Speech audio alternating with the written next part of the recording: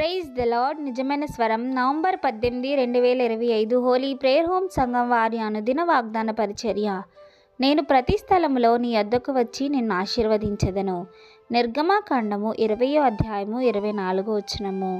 ప్రియమైన దేవుని సంగమా, మన ప్రభువైన యేసుక్రీస్తు వారి రోజు మనకు సెలవిస్తున్న వాగ్దానము, నేను ప్రతి స్థలములో నీ యొద్దకు వచ్చి నిన్ను ఆశీర్వదించెదను. ప్రియమైన దేవుని సంగమా, మనము మన ప్రభువైన యేసుక్రీస్తు వారి మాట విన్న యెడల ఆయన మన చేయి విడిచిపెట్టేవాడు కాదు. ఆయన మనల నుంచి ఎప్పుడూ కూడా దూరముగా ఉండేవారు కాదు. మనకి దగ్గరగా, మన సన్నిహితంగా మనల్ని ఎప్పుడు ఆశీర్వదిస్తూ, మనల్ని ఎప్పుడు సంతోషంగా ఉంచాలనే మన ప్రభువు కోరిక.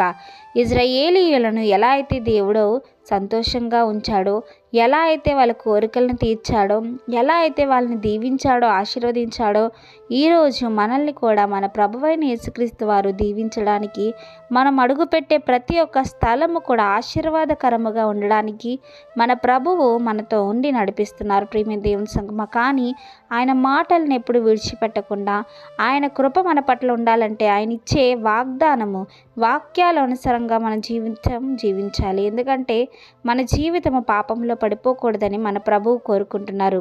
మనము పాపంలో పడిపోవటం మన ప్రభువుకి ఇష్టం లేదు.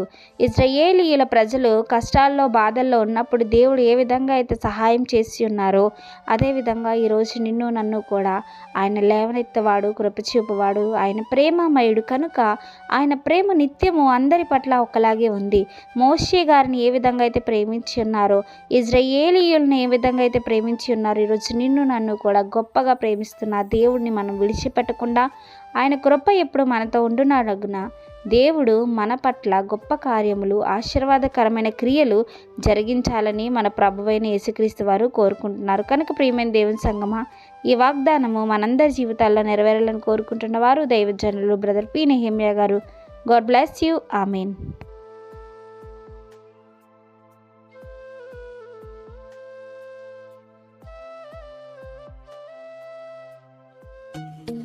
Hi friends, holy prayer home Gajuwaka సంగమ వారు మాట్లాడిన విలువైన దేవుని సందేశములను మీరు వినటానికి మా యొక్క యూట్యూబ్ ఛానల్ హోలీ ప్రేయర్ హోమ్ను సబ్స్క్రైబ్ చేసుకొని పక్కనున్న బెల్ ఐకాన్ క్లిక్ చేయగలరు.